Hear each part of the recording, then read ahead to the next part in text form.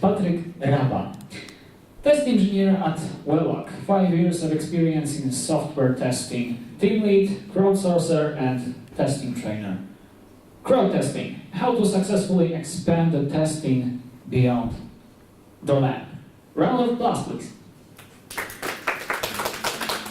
Thank you, Piotr. First of all, thank you for having me in today. I hope that you will enjoy the presentation, learn something new, and maybe even research the crowd testing topic for your company or yourself. To start with, did you know that we have 4 billion internet users, 2.5 billion smartphone users, and 1.28 tablet users? That's quite a lot if you think about releasing your application worldwide. And if your application does not work on some specific group, you are missing out on a lot of customers. So, having this in mind, how do you ensure that your application works on all these configurations, iOS and Android, and if you're crazy enough, also Windows Phone? Small and big screens and everything in between. How would you ensure that your application works on x64 and ARM CPUs? Because not everyone knows, but there are Android devices that does not have ARM CPUs, lower and higher end devices. And if till this point you would say, yeah, I could use a cloud service and use a device lab, well, that's not a way to test this for devices that use styluses. You need a physical device or a tester with such a device. How would you ensure that your app is enjoyable but by younger and older users, by professionals and regular users, by customers that are on the market for your product? And you might have already figured out the answer. Crowd testing is the answer. Let's go one step backwards. I'd like to introduce myself properly. I'm Patryk. I'm with Crowdtesting since 2014. I've been working with the biggest and the smaller players in the industry. I've been a tester. I've been a team lead. Right now, I'm a test engineer in Atlas. I've been working, and I'm still working with tens of customers that are using crowd testing to get better and quicker results. Besides that, I'm not working on crowd testing for the full time. I'm actually working part-time, and I'm a full-time integration tester in Wellak, an American cloud company. I'm also a QA trainer when I have the time. So my crowd testing journey started within Atlas. It was called UTest back in the days, and right now they split into Atlas and UTest. UTest is the platform for testers, and Atlas is the company that you will face if you'd like to order their services. I've also worked with Testlio for quite a while. These two companies differ mostly because of the payout system for testers. Atlas is mostly paying per bug, and Testlio is paying per hour. I worked briefly with bug finders, and I did a project or two on 99 tests, Testio, Testbirds, and I also helped Testui.pl with some projects where they needed some very specific configuration. I also tried myself on many more crowd testing companies, but they never reached back. Well, at least I could focus on Atlas. So, if you are not familiar with crowd testing is in fact crowdsourced testing. It's a sourcing model where companies and individuals are using a group of individuals, thanks to the internet, to get some services or goods. And that's per Wikipedia definition. You might ask, why would you even consider crowd testing? So, to start with, you have tens or even hundreds of thousands of testers, depending on the platform. You have hard-to-find devices. So, for example, if a customer tells you that he can't open the application on an iPad 4 with iOS 9, and you are thinking, well, how am I going to find that device? You can find it on crowd testing services. It's flexible. So if you are in a crunch time, you are releasing new product, you suddenly need much more testers, much more participation. It's possible with crowd testing because they have much bigger base. There are also different demographics. So you will see how your application is perceived by customers in Europe, in Asia, in America, or wherever you need it. A lot of different testing types can be crowdsourced. The very basic one is functional testing, of course, along with localization testing, but there are many more. Test automation can be also outsourced, crowdsourced. So the team of test automation engineer will create an automation framework. There's also security and performance testing, where teams of experts that are experts in security and performance, respectively, will create some frameworks and test your application against security and performance. There's also payment testing, so you can ensure that your application will accept the payments depending on the cards, banks, and different other variables. There's also usability testing. So your application, you will know that your application is not only bug-free, but it's also enjoyable by the customer. Also accessibility testing, because you don't really want to miss out on people that are not using your application in a usual way, that are using VoiceOver or any other tools to use your application. Even though crowd testing sounds like a holy grail of testing techniques, there are a few things that you have to be mindful about. You need to have a right mindset to start off. As I said, there are a lot of testers, and you might have already figured out that you will have not only professional QAs, but also regular users, like regular people that are not working full-time on testing. Also, it will take time for your project to mature for crowd testing. The first approach might not be the best, but if you communicate it properly to your crowd testing company, it will be better and better with each cycle. For example, if you forget to say something, or if the testers did not understand the instructions properly, it can be figured out with a bit of time. Also, you need to ensure that you understand the platform, because what's the point of having crowd testing in the first place if you can't look up the results, you can't control it, you can't work with the company properly, right? You don't want to send mails, hey, how are the results? Crowd testing companies have their own platforms where you can go in whenever you want and verify the results. You also need to be mindful of testers. If you plan to run a cycle overnight, there's a little chance that they will stay overnight to get your cycle done. So you need to plan around that. There are also exceptions. Obviously, there are people that are working full-time on crowd testing. I can say that I did so for a year, and I have my own device lab with a plethora of different devices. That's not mine actually, but mine is very, very similar. Crowd testing team structure consists of testers that are getting their hands dirty on your application. There are team leads. Those are people that are face of the company to the testers. They also help them out with any issues. And they look up the bugs, they triage it. So in case a tester is not filing the bug with all the required information, or for example, if he files a bug that is not in scope, he might inform him that he might want to look up the information again. There are also test managers who set up the cycles, who contact the client, and who generally manage the cycle. The company that I work in have a little bit more sophisticated structure. We have testers. They split into pooled testers. There are like 400,000 of them. And there are dedicated testers. That's a small group of reliable testers that we can use for example, ensuring that the pool testers did their job properly. There are team leads. I just said what are they doing, and they do the same job in my company. There are test engineers. I'm a test engineer 2, soon to be 3. Each level of test engineer have different set of responsibilities. For example, test engineer 1 will create the test cycle.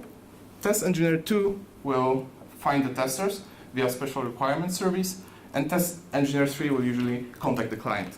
Sometimes these will, the higher level test engineer will do a task of lower level test engineers.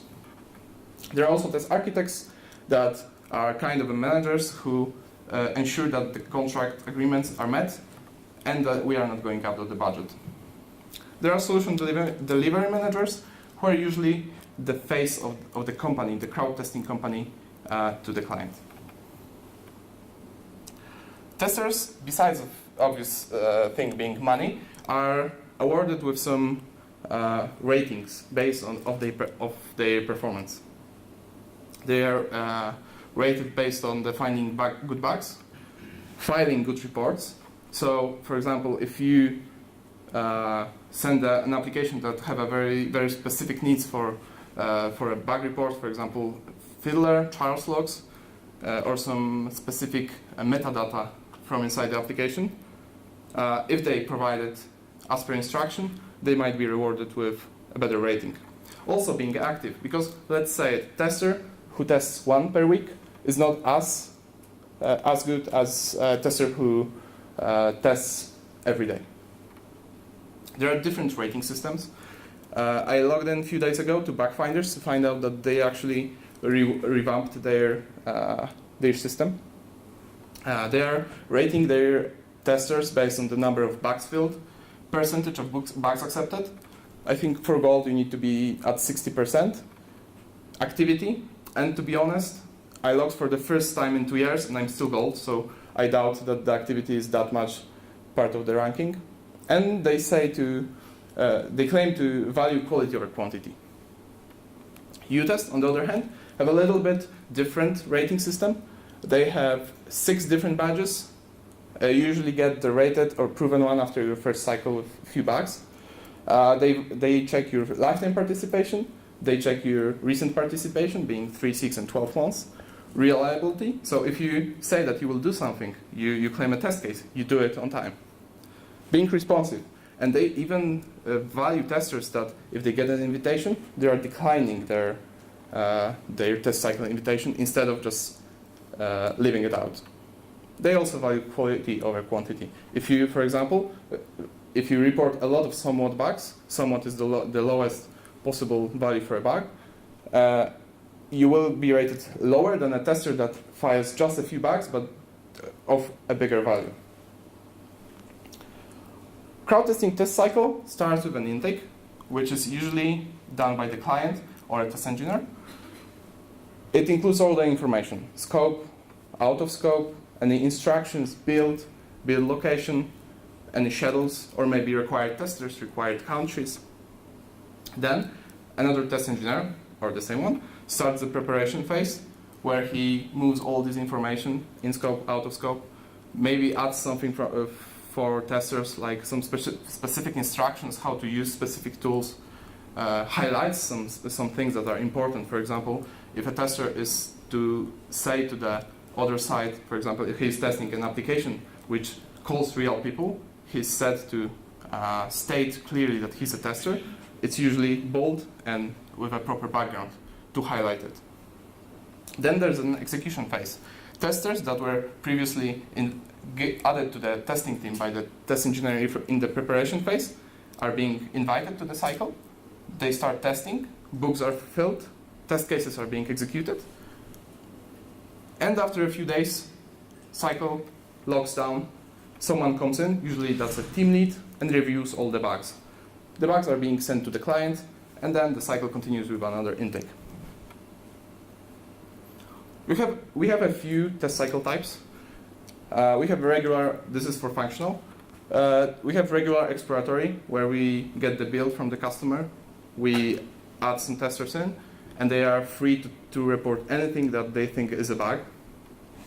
We have guided exploratory, where we say to testers, for example, that there's a new feature, profile section, and they should only focus on profile, and everything else will be out of scope. There's also test case driven cycle type, where testers are to only execute the test cases, nothing else. Those can also be mixed. For example, you can ask for a regular exploratory test cycle with some test cases included. From my personal experience, I think that when you are to pick a crowd-testing company, you need to think about a few things. First of all, you need to see what are the tester base in a specific area or a specific demographic or a specific country that you are looking for. Because there's not much value if you order a crowd-testing cycle in a company that doesn't have users that you are aiming for. Obviously, the cost is also a very important part, but it's not the fact that the more the better. Time to get the results. it's good to be upfront with when do you expect to get the results, because if you expect the results to be on tomorrow and the crowd testing company can't provide it, you will fail. Integrations, because you don't really want to copy all the bugs to your backtracking system. You really want to have an integration in place which will move the bugs for you to your Jira or other system. There are also management. Some companies have a higher level of management. You saw that my company actually have a pretty big amount of management going on. Some companies are sending bugs raw, so it's up to you what are your needs and how much time you can spend on reviewing the bugs afterwards. Going back to the integrations topic, you can actually use the integrations not only to export your bugs, you can use it to get your bugs verified after they are fixed. Here's a sample flow where a bug is reported, it's exported to the system, and it's fixed by the developer. Then you can, through your system, ask for bug fix verification. It can be either passed, which will be exported to the system and will be removed from the known issue list, or it can fail, so it will go back to the known issues and can be re-verified later.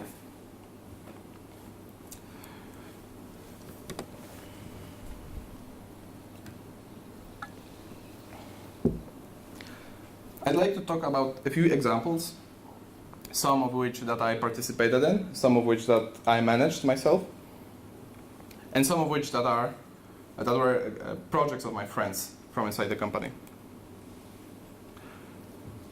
We very often are asked to cover a lot of devices, that I said in the very beginning. How we do it usually is that we create a slot for a given set of devices. For example, we want each OS being verified, so we create a slot for every iOS from 9 to 12, and for every Android from, let's say, 4.4 to 9. We invite the testers. We also create a test case with small check. For example, going into the game, playing the first level, just to ensure the application will work, at least till this point. We also invite a big pool of testers, because with these, usually clients ask for very specific devices, and let's say it, in Poland, you won't find a Vodafone device, right? But in Germany, it's pretty popular. Also, new devices are a problem. I myself got a mail just yesterday that my iPhone XS Max is ready for pickup, and it was 2 months since the release, so I already found a way to get it. We also run a lot of game testing cycles. We use special surveys to find testers that are interested in a specific genre. For example, if we have a customer that have a game that is a strategy game, we try to find testers that are interested in that genre. We also try to use some gamification. I myself managed the cycle for a game that was kind of a massive multiplayer online game, and it allowed to create a guild. So what we did, we created a guild, we invited all the testers from the test cycle, and we started to develop that guild, getting into higher levels. At some point, testers were playing for a few hours per day just for the fun of playing instead of working. And it gave us great results. Client was super happy and almost signed the contract, but unfortunately it didn't work out. We also try to cover different GPUs. There are a lot of different GPUs on mobile devices, so that's also something you need to be mindful of. When we create slots for games, we usually look up what GPUs and CPUs are we covering. There are also cycles with connected devices, where we get a device that can connect to a smartphone and interact with an application. An example would be, I am managing right now a cycle, a client that is sending us a device, a smart brush, that checks if you or your kid is brushing your teeth properly. They have a few different devices, and what we were ensuring and what we did, we started with a special requirement survey just to ensure that testers that will participate in the cycle and will get the device will be active. We were collecting the addresses since the new law GDPR, we had to do that in line with that law. Then the shipment begins. Customer either sends the devices to the crowd testing office, or he sends it directly to the tester. If there are any customs, the crowd testing company is reimbursing it. And if a tester is done with the testing, or if he's not interested into it anymore, or he's not active anymore, he's asked to send it back, and of course the cost is reimbursed as well. We also test some IoT devices, and IoT is a pretty interesting case for crowd testing, because while most of these you could do in the lab for IoT, that's not the case. Mostly because when you release a product that is IoT product to the market, usually your users will use different configurations. They will have different ISPs. They will use a network that will use IPv4 or IPv6. For example, in Poland, IPv4 is more popular, and IPv6 is more popular in Germany. Also, there are different routers, and these routers can have different bands. There's 2.4 gigahertz bands, and there's 5 gigahertz band. And also, all the routers can have different rules and different firewalls, and all of these can affect your product launch. There was also an interesting case where a company named Shake Shack wanted to release their application, mobile application that allowed to order a burger from inside the application in a way that you would download the application, order it, and come in to pick it up. We used a special requirements survey, or we sourced it via the community platform to find customers in the specific areas. We send them the builds and send them into the field, asked to perform the ordering, and we found out that, for example, American Express cards were not accepted. For example, if you ordered the burger for more than 24 hours from this time, it will not work.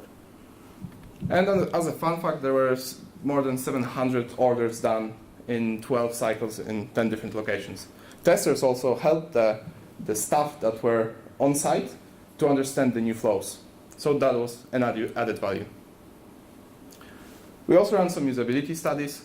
The only one that I did was a hearing aid company, where we asked testers that were handpicked via special requirements surveys to go into a web page, record all the session, and show us how they would order the hearing aid, how they would research different models. It helped the company understand how the customers that were in the age ranges they defined, going around their page, and refine it for the customer needs. The recordings were also reviewed before they were sent to the customer by me and a usability expert. There are also cases where companies are coming to crowd testing companies with a very, very specific country requests. Recently, we got a company that requested testers in Myanmar. It's also called Burma, depending who is asking. We had to find new testers. We had to onboard them, show them around the platform, run them through Sandbox and Academy just to ensure they understand how it works. We also engaged them with some fun cycles, like gaming. And then when we started, we got a small group of Myanmar testers. We also do a lot of payment testing between various applications. We test different channels so that you can order your thing from mobile device. You can order your what you want from a gaming console. As I just said with Shake Shack, we are ensuring different cards are working, or different banks or securing methods are usable. Recently, I found some issues with 3D Secure in Poland myself. Sometimes there are cycles where we need a very specific area of expertise. Example would be, recently we had to find testers with AdSense, AdTech experience or SharePoint experience, and it turned out that barely anyone knows it. So we had to create a special requirements survey that consisted of questions asking what is their area of expertise, how many years did they work in that area, and then we run an intro cycle that verified those skills, which consisted of a very easy, simple test case. And then we created actual test cycles with very sophisticated test cases. And it worked out. Our experts did a very good job. We also do some pre-release testing. We tested a few Bose products.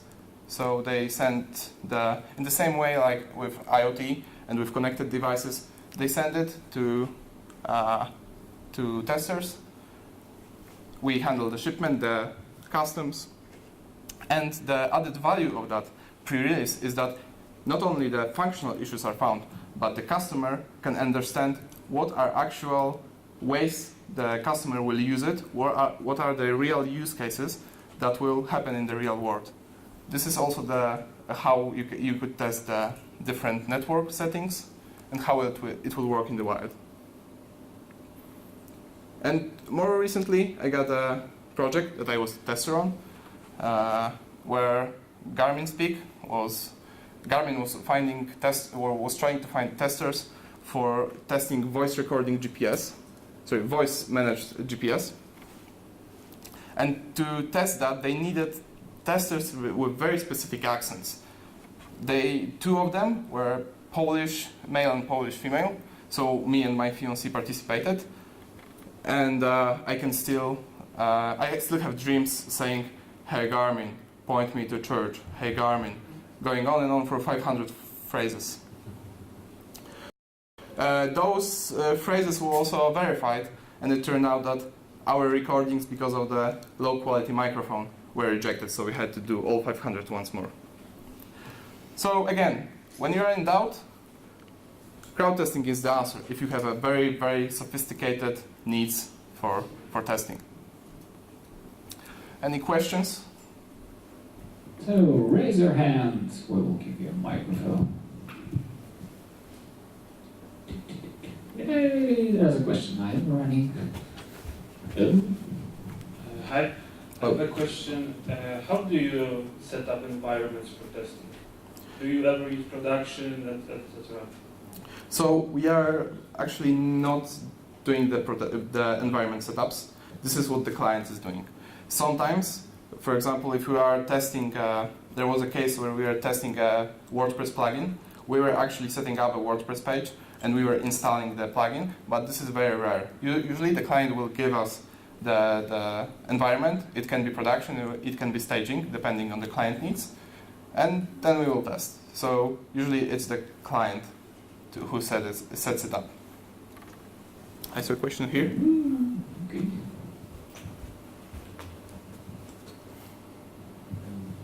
How do you cooperate with the testers when requiring them to perform a user experience test? How do you how do you construct a frame for their answers? Is it an open answer or strictly categorized account of experiences? So depending on the needs, I'm not an usability expert. I did just one study with an usability expert. What we are doing, we are trying to find testers that are inside a specific demographic, and for the questions, usually the questions are prepared by the usability expert, so I can't say much about that because I'm not one of them. And sometimes the customer is also having some questions. They want to know how the tester will go through the page, what are the issues they will find on the way. And actually the recording that I said for the hearing aid, testers were not only asked to record the whole session, they were asked to speak aloud, what are they doing, what are the issues they are finding on the way. So that's the added value. So they were not only going through the site, they were also speaking aloud, what are they feeling. Any more questions? I see one there. Yeah. I have a question. Do you ever in any way verify what the crowd testers are saying? I mean, if you do usability studies, for example, and you need some kind of very narrow perspective for, I don't know, like users who have diabetes or users who have a special kind of car. It's quite easy to say that, yes, I have this disease or I have this car. Well, for cars it's pretty easy, you just ask for a photo. But for other things, is there any way to actually verify that the person is there who's actually fit for this study, or just wants to get the money and just quickly fill in whatever they... Well, that's also a hard thing about crowd testing. That we will always get someone that will sneak through, but there are measures. Again, I'm not an usability expert, I'm not running a lot of them, but I can imagine that there are some measures. For example, when we were recently doing some user study for a customer and we saw that the results are off, we are aiming at testers that were using Snapchat, Instagram, and they were using they were taking photos daily, and based on that there were some questions asked. We actually found that some answers are very off, and it turned out a group of testers were outside the age range. So it was obvious that they are not using the application because they were just simply too old for the group. So I can't answer for that question because I'm not part of the usability testing. I have one more question regarding the cycle you presented. Can you tell us more about the time span for specific stages of this process? Yes, sure. So usually from the request to the test cycle creation, it's usually 4 hours. That's the in company that I work in. Every company will be different, obviously. For execution, we usually set the cycles for 2 or 3 days, and that's also what we suggest to the customers. Otherwise, the results might not be as great as they would like to. For the review, we ask our team leads to do the review during the execution if they can. If not, do that just after the cycle is finished. So depending on the bugs, let's say we have 10 bugs to check, it's pretty simple and easy to go through it, and it's quick. But if we have a cycle where suddenly we have 300 bugs, it will take more time. So it also depends, but we try to make it as fast as possible for the team lead to do that. So, yeah, again. Is there any way that you see to combine the work of testers inside the company and crowd testing, or is it just one or the other? There are no testers inside the company. Like there's pooled testers, there are pool testers and dedicated testers. Dedicated. No, I mean if the customer comes to you and he already has some testers. Oh, that way, yeah. Usually we will cover something. I'm not sure how does it work, because usually the customer comes to us and asks for a very specific coverage because they don't have the specific devices in-house. That's usually why they come to crowd testing. And cooperating, sometimes we use the help of testers on site. For example, as someone asked for environments, sometimes we cooperate with the environments, setting up with any issues, so we reach out to the QAs that are in-house saying that the environment might be broken because we don't see the campaign that they set up for us from more recent issues that we had. But other than that, we are not, it's not in a way where they can report issues to our platform. That doesn't work that way. Sometimes, for example, they can send over more known issues. For example, if they are testing in parallel, they find some issues, so they can send it over to us, and we ensure that it's not exported back to them after the cycle is up. Yep, no? What about the price ranges? What's the price range for? Can you? No, it's I'm not in the sales. I don't want to. We didn't want to advertise anyone. Sure. I'd say it's best to go compare what each company does, and. Would you suggest any way to how to start comparing them upfront before ordering anything? It's hard because I'm not working in the sales. I'm a test engineer, so I'd say how for me it should look like. Separate issue. Yeah. Thank you. Not a problem. You can actually work as a tester for those companies because I did work when I was working freelance for some of those that you mentioned, and you can see how work is organized, how closely the bugs are inspected, and then it's fairly... Oh, right, so I can answer that. In that case, for example, in terms of bug finders, they will... Actually, I'm not sure I understood the question. Could you just repeat it? Sorry, I am sorry. It was an answer, actually. It was an answer, actually. Yeah. Oh, it was answer. Okay, One sorry. of the ways that you could check. Okay. So, But you wanted to answer from the perspective of the bug finder. no. I wanted to say that from the, as I said in the beginning, some companies will have a more sophisticated management structure. For example, you saw that Apple's is very sophisticated, and some companies will have just a tester and a test manager that will go over the bugs. So you might find some more duplicates, you might find some more issues that you are not really interested in. And if you can spend this additional time to go through them, you can maybe order something cheaper, but if you want something that will work out of the box so you will always get the results you want, I think you will need to aim for a more pricey option. That's how I see it as someone who works in the QA. Okay, so any more questions maybe? Yeah? 3, 2, 1. Okay. Thank you very much. Round of applause, please.